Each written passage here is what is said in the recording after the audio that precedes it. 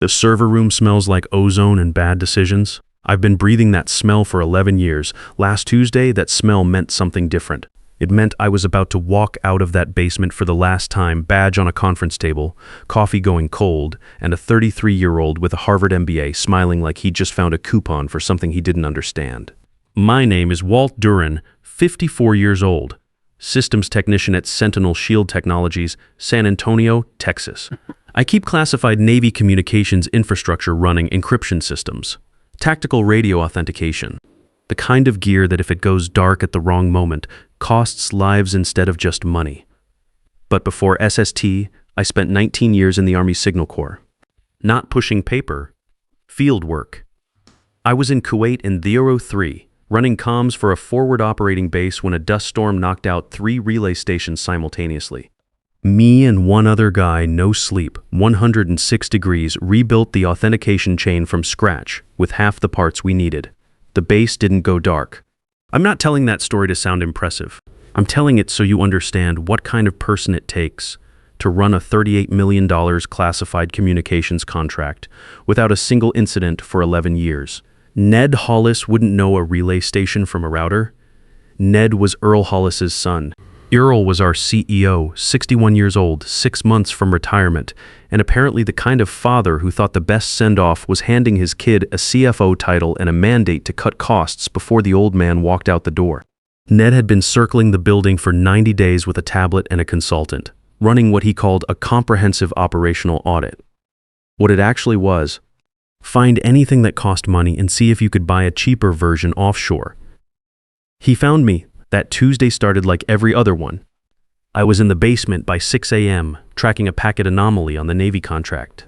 Coffee getting cold. Knees sore from the day before. My dog Ranger was probably still asleep on the couch back home. Normal morning. Then my phone buzzed. HR, please bring your badge to conference room 4A. I knew what that meant before I hit the elevator button. Ned was already leaned back in his chair when I walked in, comfortable the way people are comfortable when they've rehearsed the conversation and don't expect any resistance.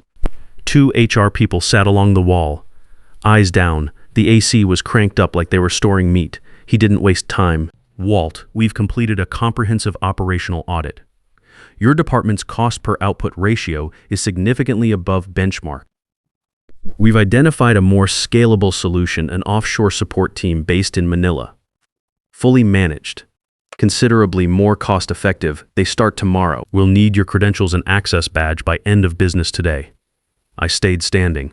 Knees still sore, no reason to pretend otherwise. Does the Manila team have federal security clearances, Ned? Do they understand NISPOM, ITAR compliance?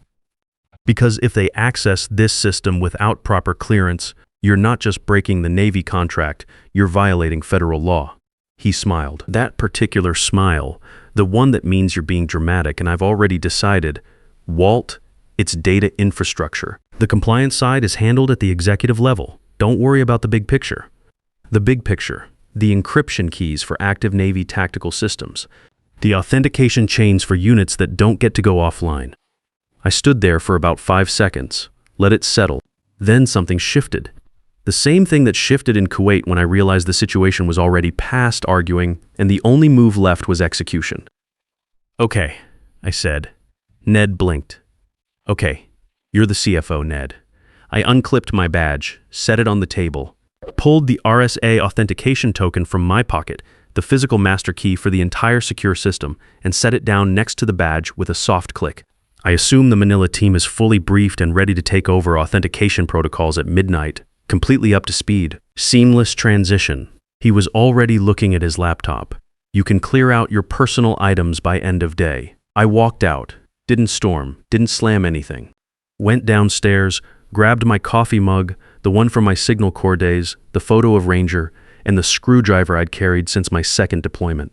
Left all my documentation on the desk. Left the 200-page manual I'd written explaining every protocol, every emergency procedure, every quirk in every rack. Left the sticky note on Rack 7 warning about the heat issue at 2 a.m. Then I stopped at the door to the server room and looked back at the equipment one more time. What Ned didn't know, what he couldn't have known, because understanding it required actually knowing something, was that I'd built this system from scratch. Every failsafe, every automated response, including something I wrote in year 2 called OPSEC Lockdown Alpha, he was about to find out what that meant. I drove home, stopped for a 6-pack of Shiner Bock, and waited for midnight. Around 8 p.m., I got a text from Gwen Farlow. Gwen was our project manager at SST. Sharp, organized, the kind of person who actually read compliance documents instead of using them as monitor stands. She'd sent me a warning the day before, heard something is coming, watch your back, but neither of us had enough to do anything with it at that point. Her text Tuesday night said, Ned told Earl everything is handled, said the Manila team is fully operationalized. Earl seemed satisfied. I'm sorry, Walt. I stared at that for a minute. Fully operationalized. The man had never touched the system and he was briefing his father with words like fully operationalized. I typed back, not your fault. Get some sleep. Then I cracked a Shiner Bock, sat on my porch, and thought about what fully operationalized actually meant for a Manila-based team trying to access a classified Navy communications enclave at midnight. It meant they had a username, a password, and a script that said, connect to server, troubleshoot as needed. What they did not have was the RSA authentication token still sitting on Ned's conference table where I'd left it. They did not have biometric clearance. They did not have a pre-registered IP address with Naval Information Systems Command, and they definitely did not have any idea what OPSEC Lockdown Alpha was. Here's how that system works. In plain language, the secure network expects an authenticated handshake every 6 hours.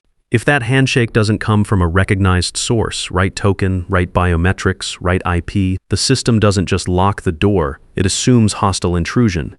It seals every compartment, kills the HVAC dampers to the server room to stop fire from spreading through the vents.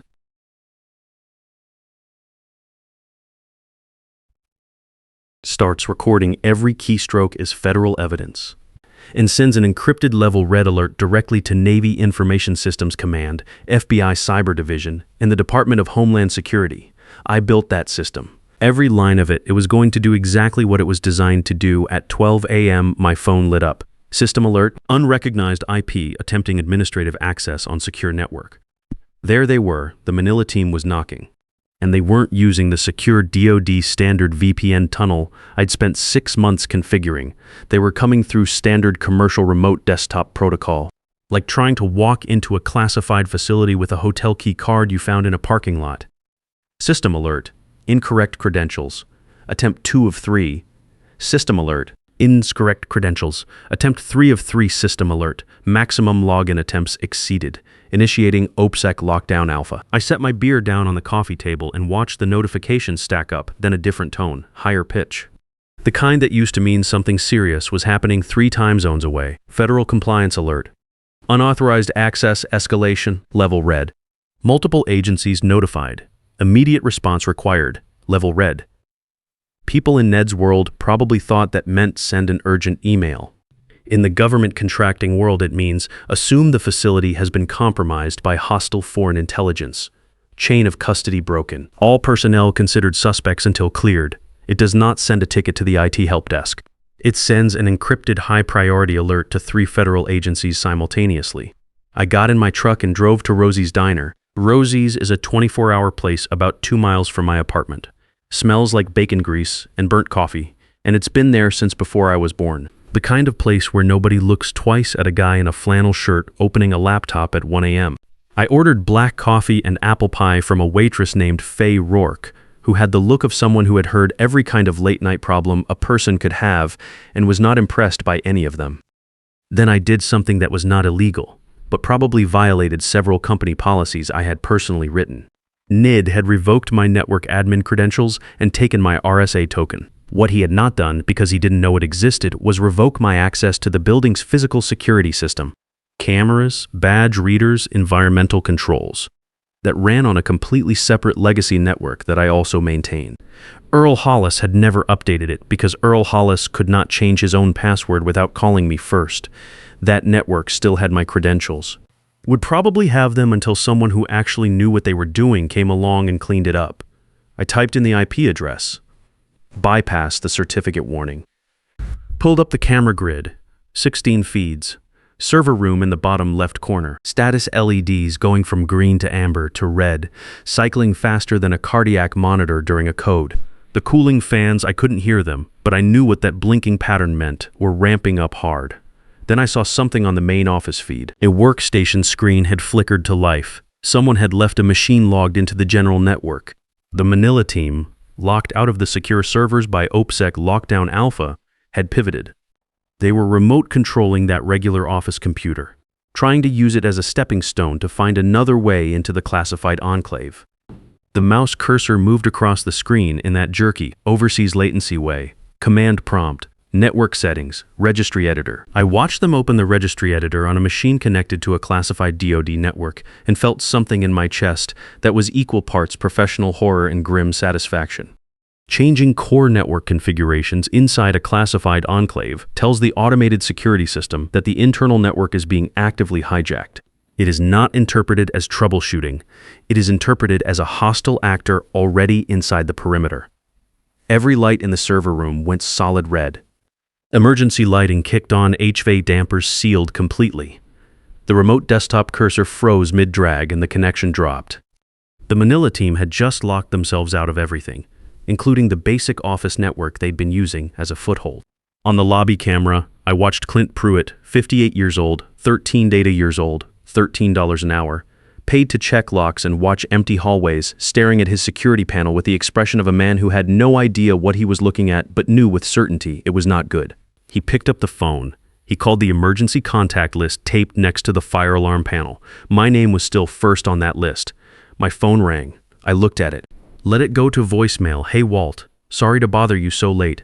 The server lights are doing that Christmas tree thing again, and the AC just shut off in the basement. Getting real hot down there. Temperature alarm is going off. Thought you should know since you're the guy who usually handles this stuff. The AC shutting off meant the server room was going to hit thermal threshold in about 40 minutes. At 85 degrees, building-wide emergency protocols trigger automatically. Those go directly to San Antonio Fire Department. And when firefighters respond to a facility containing classified Navy hardware, they are legally required to notify federal liaison before doing anything at all. Faye came by and refilled my coffee without being asked. I ate my pie and watched the temperature gauge climb 72 degrees, 75, 80. I watched the temperature overlay on the camera feed climb like a slow-motion disaster. The server room fans were running at max now. I could tell by the way the status lights pulsed. If you've spent enough time in a server room, you start to read those lights the way other people read faces. Right now, they were saying, "We are not okay," and we have been saying that for a while. 84 degrees, my phone started moving across the table from the vibration, notifications stacking. I unlocked it and scrolled through without picking up anything. Critical thermal threshold approaching in primary communications bay. Critical, heartbeat signal lost. Authentication server alpha. Critical. Heartbeat signal lost. Authentication server beta. Critical. Environmental systems offline. Manual intervention required. And then the one that changes the temperature of a room when it lands? Federal compliance alert. Unauthorized access escalation. Level red confirmed. Multiple agencies notified. Immediate response required. Level red confirmed. Not flagged. Not pending. Confirmed. Somewhere in Virginia, in a bland government building that doesn't have a sign out front, a watch officer was staring at a red dot on a threat assessment dashboard that had been green 10 minutes ago. He would have checked the contract details. Sentinel Shield Technologies, San Antonio, $38 million Navy Tactical Communications contract. Status, compromised. Chain of custody, broken. He would have picked up the secure line and called the emergency contact for that contract. That was Ned Hollis, CFO. I ordered a second slice of pie and watched the temperature hit 87. At 87 degrees, the building-wide thermal alarm triggered. That one doesn't go to Clint's security desk. It goes directly to San Antonio Fire Department. And when CFO rolls up to a building flagged as containing classified federal communications infrastructure, their protocol requires them to contact federal liaison before they touch anything. That call goes up a chain that ends at people with badges and no sense of humor about foreign nationals accessing Navy systems at 2 a.m. I didn't have to do anything. I hadn't done anything. I just left. The system I built did exactly what I designed it to do, and the people who replaced me did exactly what untrained offshore contractors do when they're handed a script and told to figure it out. Faye came by with the coffee pot. She looked at my phone vibrating against the table. Rough night? Retirement? I said, it's a process. She topped off my mug and moved on. I turned the phone face down. Here's the thing about that moment. I could have fixed it. I had a back-channel access path I'd built into the legacy security network, not the classified system, just the building infrastructure. That would have let me send a reset command to stop the thermal cascade.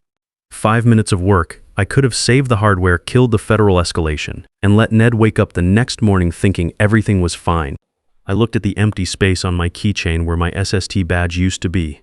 Then I put the phone in my pocket and finished my coffee. The voicemail started at 4:52 a.m. I know because I listened to all 9 of them back to back at 5:30, sitting on the edge of my bed after driving home and showering. Played them on speaker like a nature documentary about a man encountering consequences for the first time. Voicemail 4:52 a.m. Ned. Annoyed, still in control of his voice. Walt. It's Ned. We're getting some automated system alerts. Probably a legacy glitch in something you set up. I need to shut down codes to stop these alarms. The offshore team is being disrupted. Call me back immediately. Voicemail 2, 5:18 a.m. aggressive. The fear starting to show at the edges? Walt, did you sabotage something before you left? Because if you deliberately damaged company systems out of spite, I will have our legal team take everything you own. Pick up your phone. Voicemail 3, 5:47 a.m. The pivot. Bargaining mode. Walt, okay, look. I have a Navy commander on another line asking about chain of custody documentation, and I can't find the compliance files. You said you left documentation. It's not anywhere obvious. Just call me back. We can bring you in as a consultant for a few hours. Work something out. A few hours. He was going to fix an 11-year institutional knowledge gap with a few consulting hours. Voicemail 4:15 a.m.